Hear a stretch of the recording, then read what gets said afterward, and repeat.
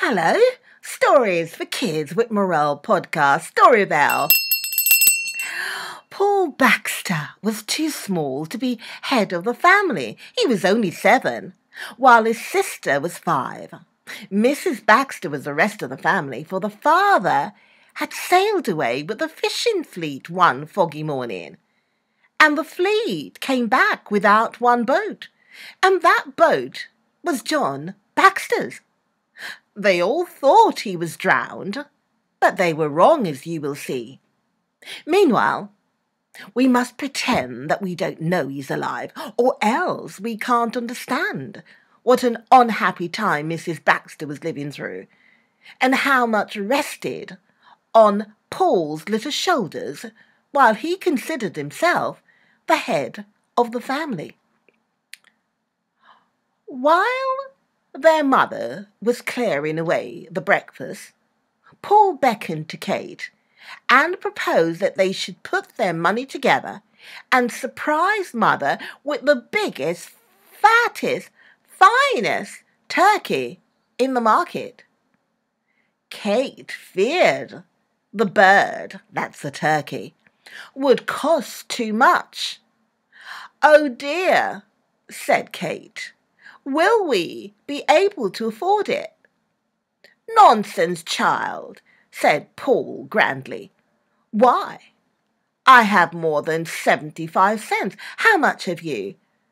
28, I think," said Kate. "Well then," Paul answered, "that's more than $1. You can buy most anything for $1, child." They opened the banks and counted the money 3 times to make sure. It came out different every time, but they had about $1.15 or 18 cents. It was all in small pieces and looked enough to buy an elephant.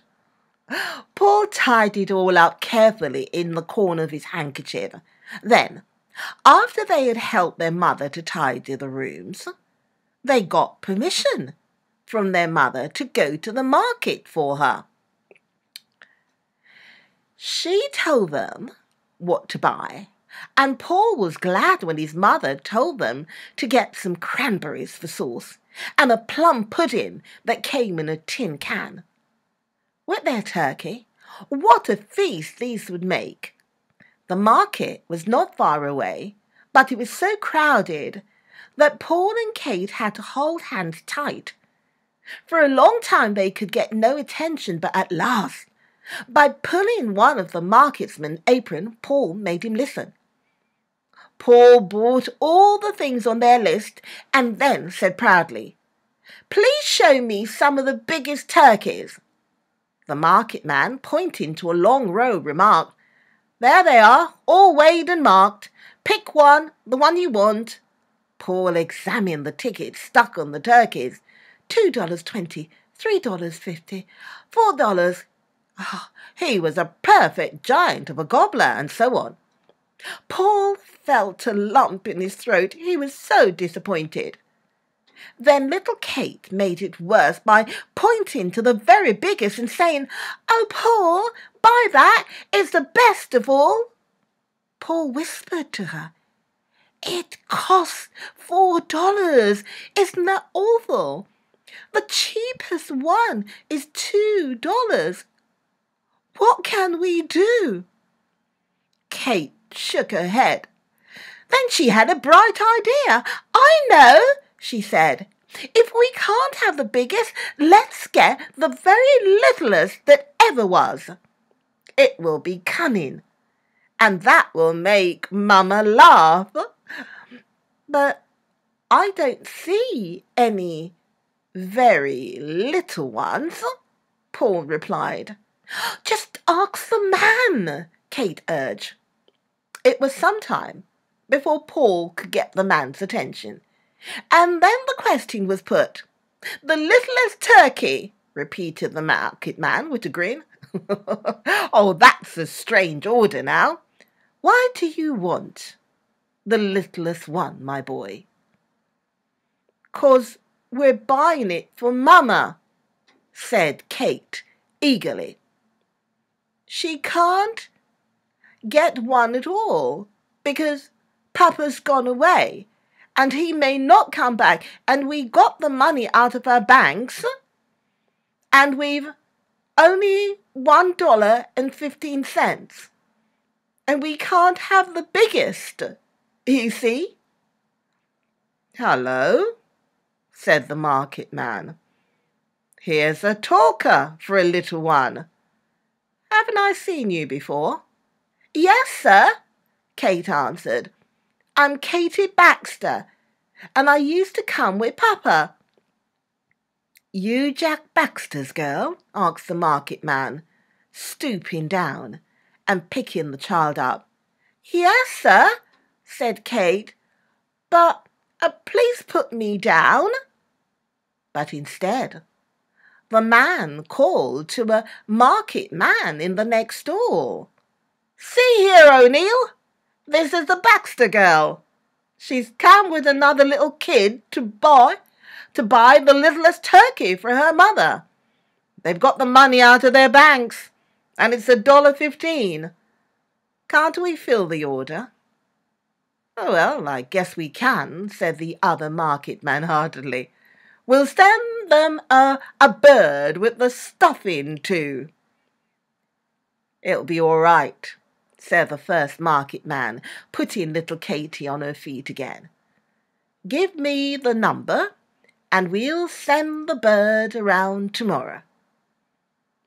Paul gave the number, untied the money from his handkerchief, and then away they went through the noisy street to get home. Paul and Kate had hard work to keep the secret of their marketing, but they did all that day and the next. About 4 o'clock there was a knock at the door. Knock, knock, knock. And when the door was open, there was nobody there. But there was something. A big market basket, and in it was the giant turkey, and the turkey's breast, and a piece of paper saying, "From the friends of John Baxter to Mrs. Baxter and the little Baxters, hoping they'll enjoy their Thanksgiving." And that wasn't all for the turkey. When Mrs. Baxter came to prepare it, it was stuffed with silver dollars. Then Mrs. Baxter cried, and Paul and Kate were puzzled by that. But she was thankful, for she told them so. When the great bird was properly browned and smoking, Paul took his place ready to carve. He had just raised the knife and fork when the door opened, and a big, hearty sailor came in, saying, "Here, here, young man, this won't do. This is my place." And of course it was John Baxter, and the turkey was not nearly so hot by the time he had been hugged and kissed, meaning, of course, John Baxter, and had told how his boat had been sunk. But he and his mates were picked up by a steamer. Oh, what a great Thanksgiving dinner they all had. Next day, John Baxter took his boy and girl down to the market, and they made another giving of thanks to the wonderful market men. And, that is a good ending to the story. I'm sure you agree, isn't it? Oh, by the way, there's one more thing. The market men would not take back their silver, and so it went into the bank. This time it was a real bank for Paul and Kate. I hope you enjoy the story. By the way, please subscribe Stories to Kid to the channel, and please share with others. See you soon. Bye. Bye.